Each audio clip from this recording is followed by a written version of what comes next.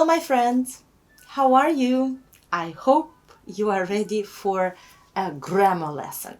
Today we are going to discover what is the difference between an adjective and an adverb. And of course, what adjective should come after another one while we are talking about one thing that can be characterized by many adjectives when we use them. If you are ready, let us start. So, what is the difference between an adjective and an adverb? The difference is subtle, but we need to understand it. So, an adjective tells us more about a noun and usually answers to the question, what kind of? And an adverb tells us more about a verb. It tells us in what way someone does something or in what way something happens. And usually we should use the question how. And all the time we are going to find the adverb. An adjective we can use before nouns and after a few verbs. And I want you to remember these verbs. So, to be, to feel, to taste, to smell, to look, and to sing. So, an adjective can be used after nouns and after this group of verbs. An adverb is used before adjectives and other adverbs, and you can use an adverb before a past participle.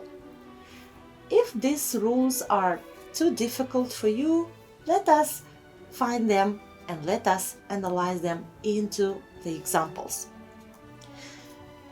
He is a skillful worker. What kind of worker is he? A skillful one.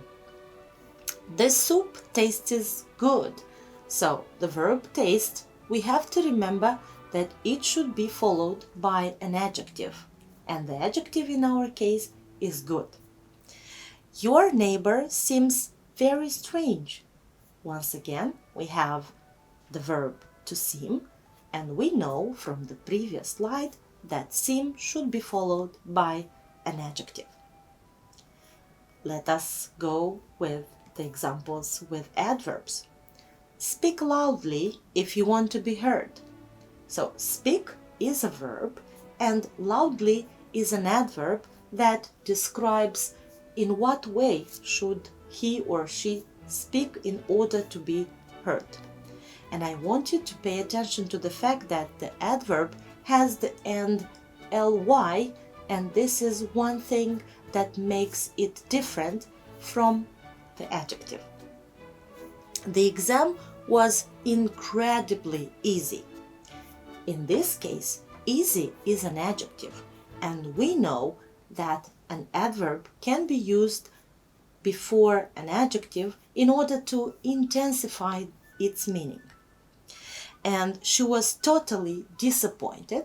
So in this example, we have the past participle of the verb disappoint, so disappointed, and in this way we used a verb totally.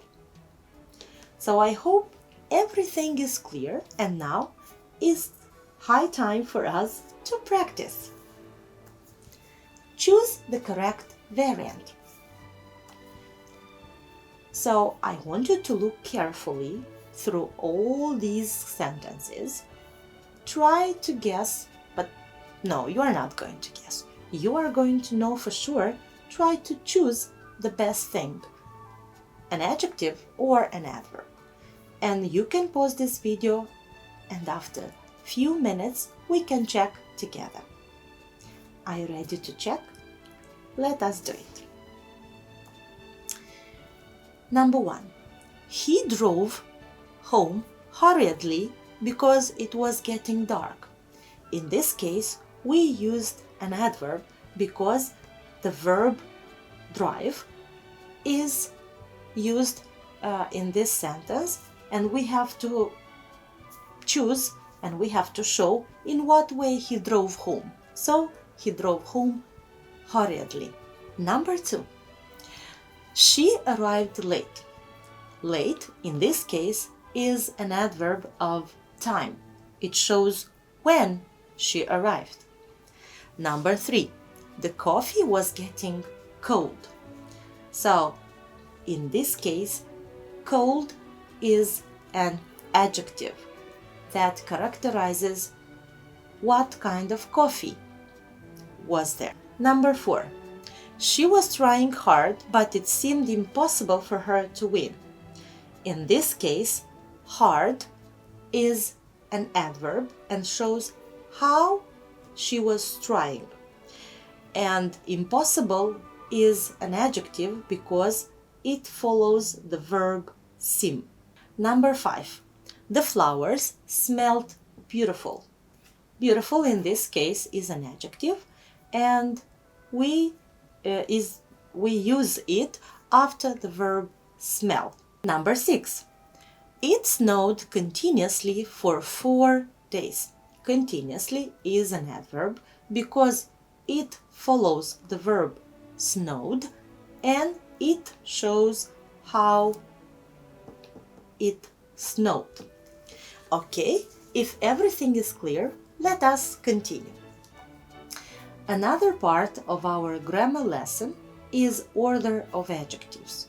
You all know that is a tricky topic when it comes to use a lot of adjectives to describe one noun in English. But I hope that I'm going to give you the right solution of remembering the order of adjectives while you want to use it describing a noun in English. So, I prepared for you an acronym. OSASCOMP. So, it's very easy to remember, I hope, but each letter hides a thing that you should remember. So, when you want to describe a noun in English, of course, you have to use the first adjective that is going to give you the opinion about this noun.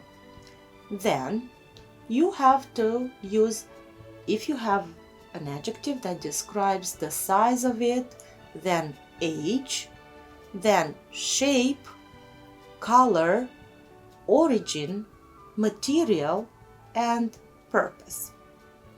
And if you are attentive to your screens, I want you to pay attention to the examples that I have given for each category. So, opinion can be adjectives like beautiful, interesting, ugly, and so on. Size can be small, huge. Age can be ancient, new, and so on. Shape, square, oval, short, long. Color, all the colors that you like. Origin can be Indian, British, Spanish, Moldovan, why not? Material can be wooden, gold, silver, coal, and so on.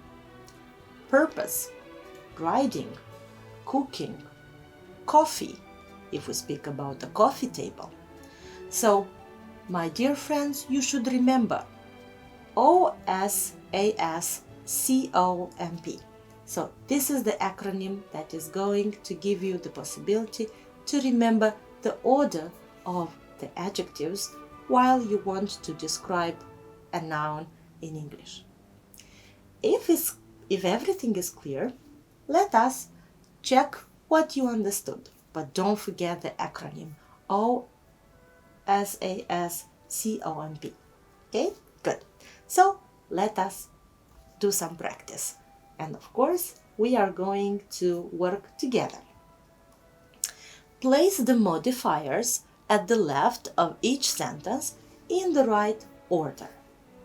So the first sentence is, she was wearing a skirt.